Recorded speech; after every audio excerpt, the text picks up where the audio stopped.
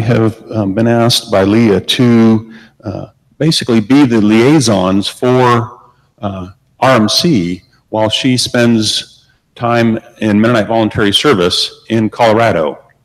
And so we thought, because she was not able to be here after she graduated from Hamilton and share a little bit about her plans to head to Alamosa, thought it would be appropriate to try to bring her back to give her an opportunity to share with us what she's been up to so far and what are her plans here going for the future. So I'll turn it over to you, Leah. All right. Thank you guys so much for giving me this opportunity to share with you this morning. I think I was in North Carolina for 5 days before coming out here, so I was bummed I didn't get a chance to come see everyone again, but this is a nice way to do it. So, like Stan said, I'm in Alamosa, Colorado, which is in south central Colorado in the San Luis Valley, which is a really cool geographic area because it's a high alpine desert and it's super flat, and then it's surrounded by two mountain ranges, the Sangre de Cristos and the San Juans, and so it's just completely different from anywhere I've ever lived, and absolutely gorgeous in its own way.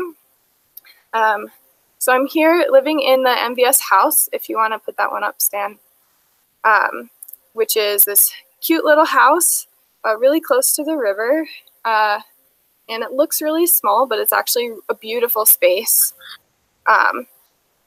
And I live with these 4 other guys, Curtis Martin, Peter Weiss, and Grantley Showalter, who were here last year. Because normally the turnover is in August, so I came 2 months early. So I've been with them for the summer, and then Curtis and Grantley are moving out in August, and we're getting 2 new members, Hannah and Jonathan. So it's a really great little community we have going. There's this other just group of friends that all hang out together too. And the church is pretty small as well, but that's also another little community that we have. And the 4 of us eat dinner together every night and usually hang out a little bit, which is really nice. And then I work for the Rio Grande Headwaters Restoration Project, which is a small nonprofit here in the Valley. We have 3 full-time employees. And so the Valley, because it's a desert, but it's also a really heavy agriculture area, the only real water source aside from the aquifers underground is the Rio Grande, which starts in the mountains out to the west and flows across the valley before going south to New Mexico. And it's actually only about 100 yards from my house. If you want to go to that picture, that's taken just like... You want the one of the house or of the Rio Grande? Of the river, yeah.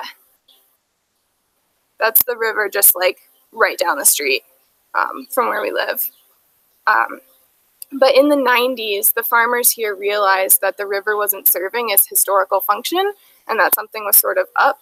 So they did a whole assessment of 91 miles of the river to look for issues with how the river was behaving that weren't natural. And so my organization was created to sort of address those issues. So we've done a lot of restoration of the stream banks, like making them, like grading them so that they're more gently sloped and there's more of a riverbank area, planting willows and like other vegetation to help erosion. And then there's also a lot of dams in the river for farming. So they dam up the river and then they divert it into a ditch. And those dams were built like 100 years ago. So a lot of them are falling apart. So my project has also helped build a bunch of those. And so my job within that organization has largely been sort of all over the place, like doing whatever needs to be done. I've worked on the website. This past week, I've been working on writing a grant. I've done some fundraising, just sort of all over the office because it's such a small organization. We all sort of pitch in and do everything. So yeah, I think that's about it, but that's where I'm at. I'm having a great time. I really like it here. I'll be here until next August, and then hopefully I'll go to grad school somewhere, but I haven't figured that out yet. And just thank you all so much for supporting me in this, and it's been a really great opportunity so far, and I'm excited to be here for the rest of the year. Thanks, Leah. One of the things that we will see, I hope at least, in our August budget is a line item to help support Leah and the Mennonite Voluntary Service household there in Alamosa as a part of that. One of the things with Mennonite Mission Network is that they ask the home congregation of the folks who are in MVS to provide some support. So there will be some opportunities for a line item, but also some designated giving there as well. And one of my goals here is to keep the congregation up to date on how Leah is doing and kind of things going on there, just to help us all remember her and the work that she's doing in Alamosa. I've asked Rachel to provide a prayer of blessing for Leah as she continues on in her work there. I'm happy to pray, but since this might be the last time we see Leah in this space for a while, I wondered if anyone had questions for her. No? Okay.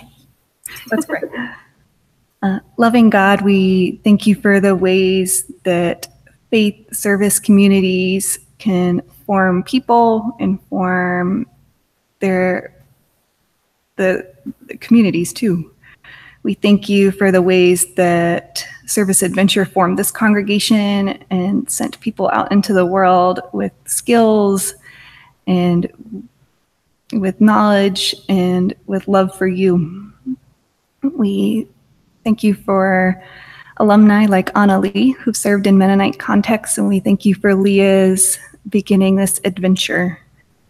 We ask that God that you would sustain her as she works on a project to heal your land and to feed people. We ask that this would be a year of discernment and that she would experience your guiding hand. We thank you for bringing her to a broad place, literally, and we ask that this would be a broad and spacious place too for her spirit. We love you, Lord.